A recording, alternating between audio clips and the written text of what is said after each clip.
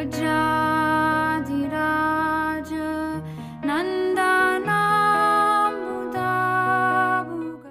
weekend warriors.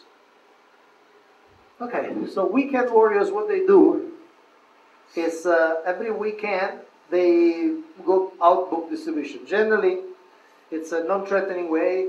In other words, they put tables in different ways, supermarkets and places like that where many people gather. They have this book table, they are there, people stop by or they sell books, and they engage the whole community in doing that. And that's weekend warriors. As an example of our outreach is for everyone. Srila Prabhupada says in the Srimad Bhagavatam, a person who is a householder but is initiated by a sannyasi has the duty to spread Krishna consciousness at home. So duty is a strong word, right? Light word. As far as possible, he should call his friends and neighbors to his house and hold classes in Krishna consciousness. Holding a class means chanting the holy name of Krishna and speaking from Bhagavad Gita or Srimad Bhagavatam. So this is also connects with the concept of empowerment. Not that our temple should be the only place where Bhagavad Gita and Srimad Bhagavatam is discussed. An organization, in Bhagavad Gita, Prabhupada says, every endeavor requires land, capital, organization, and labor. Just as in business, one requires a place to stay, some capital to use, some labor, and some organization to expand, so the same is required in the service of Krishna. And this came up also in the morning, how it's important to organize the community. Empowerment, Lord Chaitanya said, I order every man within this universe to accept this Krishna consciousness movement and distribute it everywhere. It's a very clear instruction, very empowering. Every man accept this lifestyle and distribute it everywhere. In the previous verse, Prabhupada said, here Sri Chaitanya Mahaprabhu indicates the distribution of the Hare Krishna Maha Mantra should be performed by combined forces. All classes of devotees should combine to distribute the Hare Krishna Maha Mantra without consideration of the time, place, or situation. Can I ask a question? See, I noticed both in Eastern India and here in Western India, in this ISKCON LEADS program, there are no ladies, there are no women. Can you explain me what's the reason? Vamsivanan Prabhu. See, he's empowering Vamsivanan Prabhu.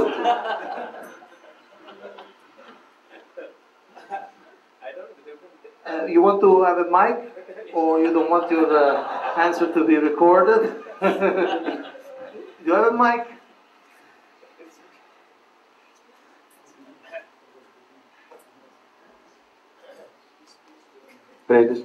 Hare Krishna.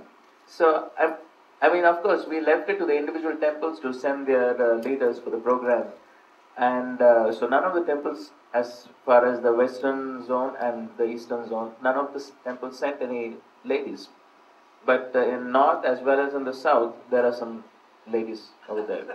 So it depends upon the individual temples. The choice was theirs. Okay, so maybe I should reword my. It's a question. It's a question. How come no individual temples in this zone send a lady here? I can answer the question as far as the Pune temple is concerned. Yes, sure. So as far as the Pune temple is concerned, I mean, like Radheshan Prabhu thought that initially the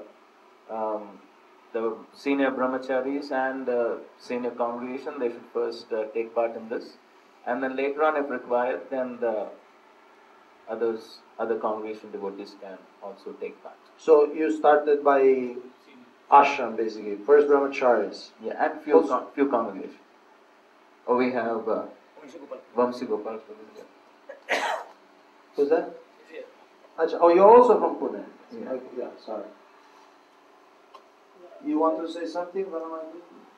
Thank you for the explanation. In Mirarur temple we have women leaders, but so much traveling and is involved. So much traveling. Yeah, Yeah, we are going to the North Pole and South Pole. So they cannot Sorry, use sorry. I know. So, and Edit out that sentence. Then, that's why the participation from the ladies side is not there. Mataji side is not there. because they couldn't find the time to travel? Yeah, there are very few, and they are not. They don't want to do so much. Okay. I mean, I'm asking because here, Srila Prabhupada says, like,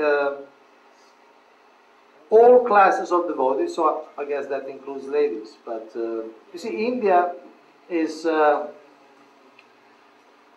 course, I mean, you're brahmacharis, I know you don't interact, you should not interact, but again, we're talking about ISKCON leads, we're talking about the future of ISKCON, and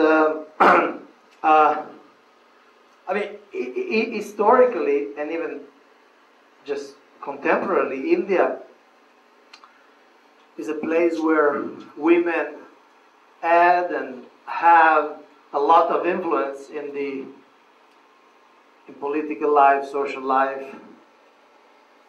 And I just think of India had a woman prime minister, while many countries in the world that never had.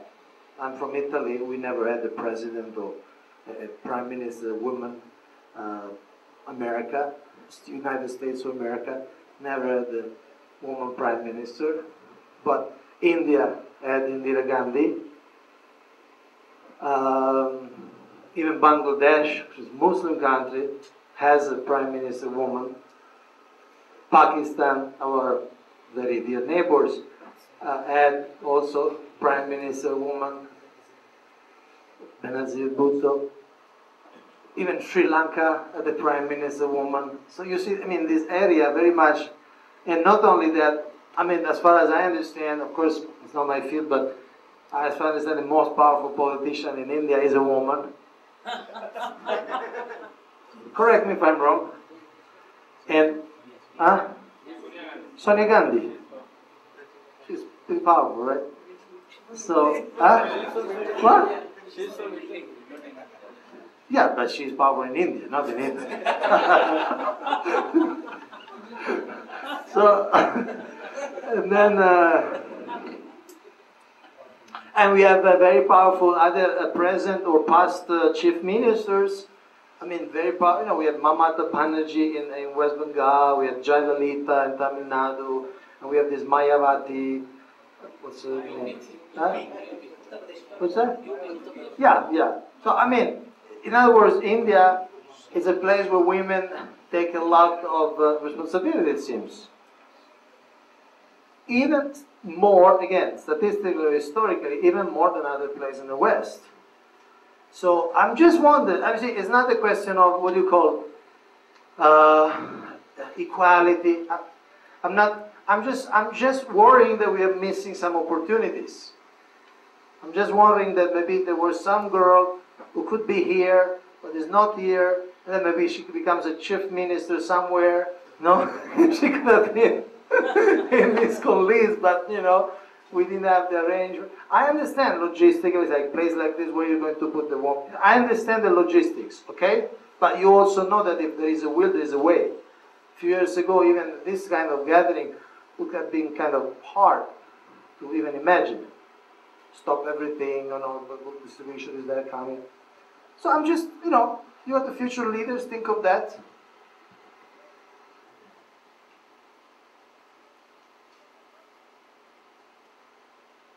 I'm just worried about, first of all, not fulfilling this particular instruction that all classes of devotee cooperate to that. And second, because we might be missing some powerful opportunities.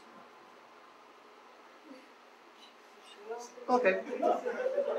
What is that? Who? Shivaram what? What? Yeah, I comment. Okay. You want to comment? Yes. Indians still, they respect for ladies, but not in a spiritual group. They don't want a spiritual leader. they want Matajis everywhere. But if they become a spiritual leader, then they find like they lose respect for them. Who are they? Means general public Indians.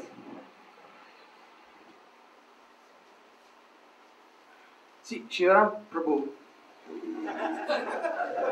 you are my senior spiritually, I'm not. so I will not dare to contradict what you're saying.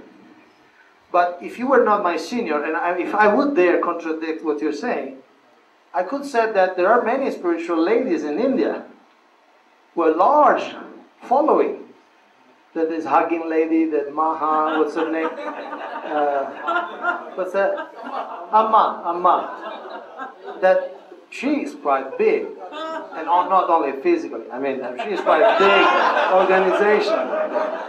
I mean, they build university, they build, you know that, they build colleges, universities, she is international, she travels all over the world. Just coming here, yesterday we came here by car, I saw this other lady with the... Yeah, Sajya Yoga, and she's around since long time. Well, how long she's around? 40 years. 40 years. She always looks the same somehow. I remember seeing the poster of these ladies in Italy many years ago, this Sahaja Yoga.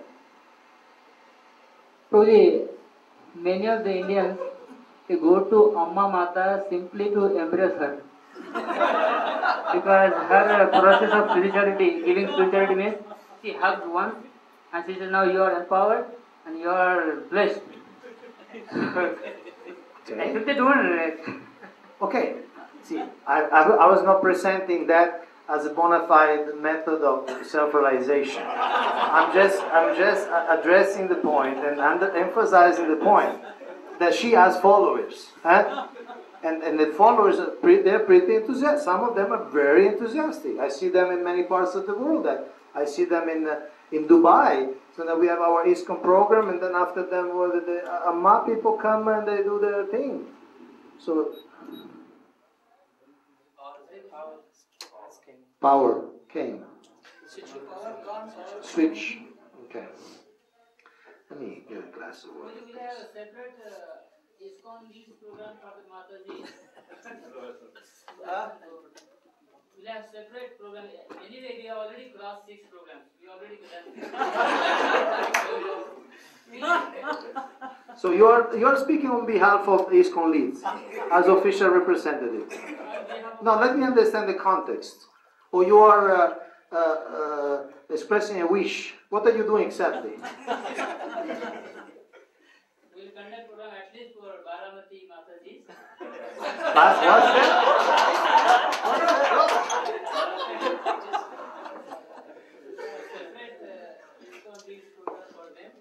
All the courses conducted by Kaunteya Prabhu and other devotees.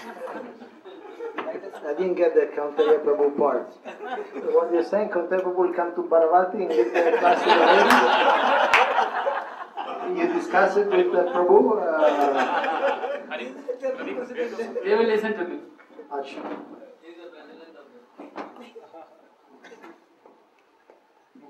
Anyway, we're talking today is like principle days, huh? So we are talking about principles, okay? And you know, if you want to do it in Bharavati or if you want to do it in Amaravati or whatever, you know, that's up to you really. But I'm talking about a principle. And again, my concern, again, I'm not interested in mundane equality. Women are different, men are different. But again, talking about the future, talking about ISKCON, there are, I would say, maybe millions, or at least lakhs and lakhs of women who are gearing towards leadership. Political leadership, management leadership, economic leadership. And so I'm just recording my concern or my just my question, let's say, that we do not miss opportunities.